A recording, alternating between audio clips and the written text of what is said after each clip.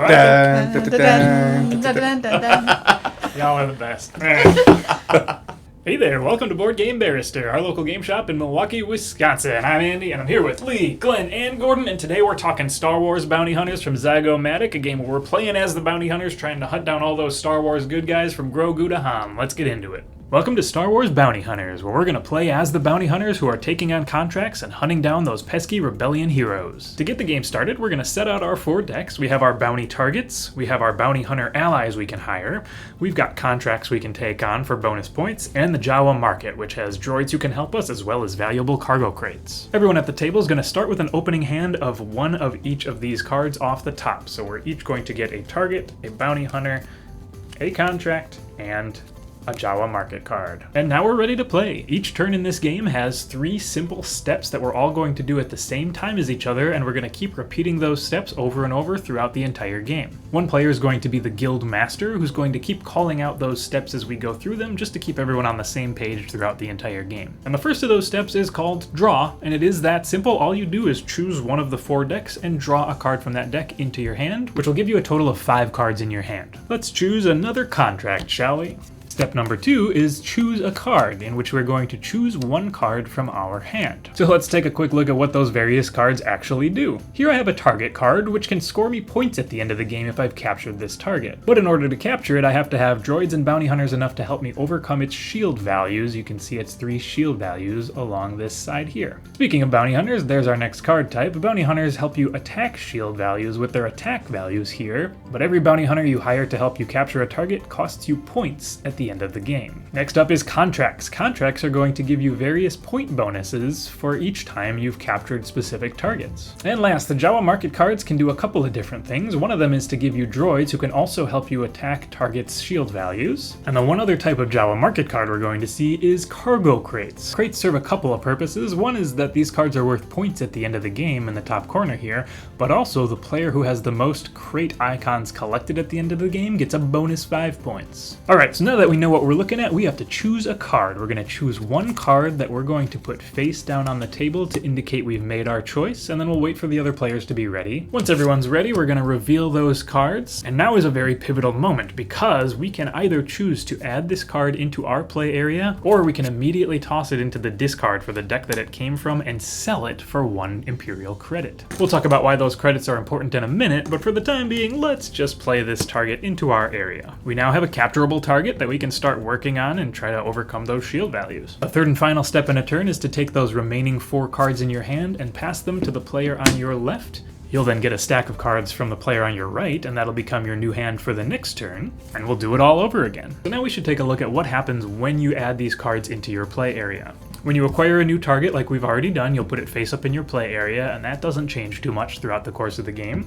When you choose a bounty hunter card, you're going to put that face up in your play area, and you're immediately going to match it up with a target in your play area. If you happen to have multiple targets, you get to choose which of those targets to apply it to, and this choice is permanent, so once you've chosen where to put that bounty hunter, they're going to stay locked in with that target. And if you happen to have no targets when you've chosen one or even a series of bounty hunters, you're just going to apply them to whichever target shows up next. That looks a little bit like this. We're just going to keep adding to that stack until a valid target shows up, and then they'll all be applied to that new target. Contracts also just get added face up into your play area, and a contract gives you a couple extra ways to score points. The top is always extra points for each unique instance of that target that you've captured by the end of the game. So on this contract, I would get 1 bonus point for each Omega card I'd captured by the end of the game. This one happens to also have a pair of Omegas at the bottom, which means every unique full pair of Omegas I've captured gets me even more bonus points at the end. And last, we've got droids and crates from the Jawa market. Now, Jawa market cards are interesting because when they enter play, you either have to pay for them with Imperial credits. You can see the cost of each of them in the top corner there.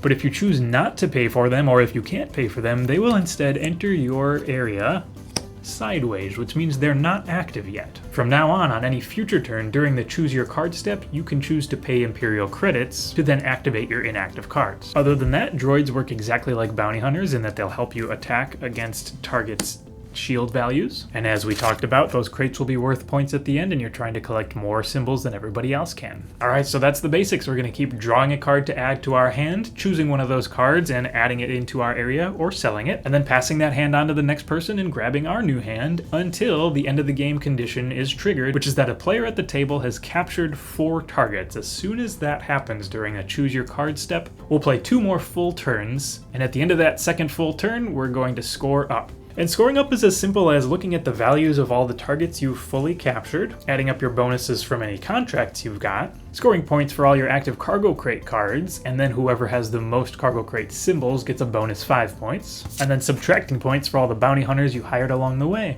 Once we've scored all that up, we've got a winner. All right, so we just played the game with 4 players. We were really happy at 4, and I think you're going to be happy at any player count this game can handle. It goes from 2 players all the way up to 6, and it's going to be awesome no matter how many you have. 2 players is going to be kind of the most different, interesting experience because you're going to be passing a hand of cards to the person across the table from you and then getting most of those cards right back on your next turn, so you're going to know what's in that hand.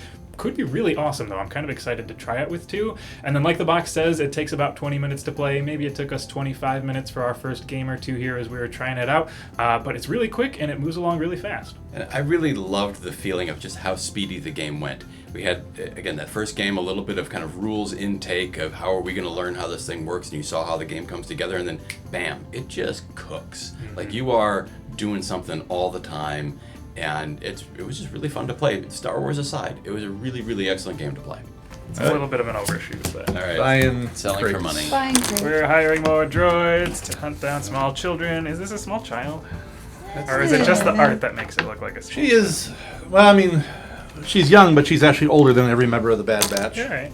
So, Yeah, I mean, I'm not a Star Wars fan, but I just found it fun once I saw people like getting their contracts up and running, that they're going to be focusing on those cards, and that if I know if I have one of the cards that's on their contract, then I can sell it and then basically screw them over a little bit. yeah, and I never found myself like intentionally saying I'm going to sell this just to mess with Andy or Gordon or anything. But when it was I have nothing in my hand I want to play, so I'll sell one. Then I look down and see what do I not want to pass down. And I will say, this game, while it's all simultaneous play, it benefits greatly from open communication between everyone. When you capture a target, say you're capturing a target, because otherwise all of a sudden if you're not fully paying attention to everyone, you're just playing your own little game, and someone says, and that's 4, and you're like, what? You're at 4 already. So make sure you have some of that open communication as well to make the game fair or just more fun, so you don't get that feel bad at the end. Yep. The game design in terms of how the math works out feels really good. It really did feel that you could do lots of quick arithmetic. You could find the patterns if they were there to be found, but I appreciated the interplay between the number dispersion on the targets that you're trying to capture to get points, the number dispersion on the bounty hunters, and on the droids, but then how that it comes back into the contracts. Everything locks together in one way or another. They're all real subtle. You don't have to pay a lot of attention to it, but that underlying kind of numerical game design, the math is really good and it feels good to play. Oh, you are the perfect hunter. You were born for this. You did it. Good job. I don't know your name. I'm so proud of you. My son. Yeah, if you're a fan of drafting games, this game will throw you in some really clever ways, and they did some really great stuff with the draft. The fact that the hands never drop below 5 cards was cool. You're not draining a hand down to what little is left and then stuck with the stuff at the end of it. You've always got 5 cards to choose from, and like we were already talking about, the selling mechanic is wild. Not having to choose something for yourself just to not give it to the next person, but instead being able to literally profit from discarding something made a huge difference and is a really cool mechanic, and I expect to see that in more games, actually. I found this to be really ideal for that mixed group of gamers and non-gamers, Star Wars and non-Star Wars. And I'm really curious as to what the age range is on here. They say 10 and up. I would agree with that.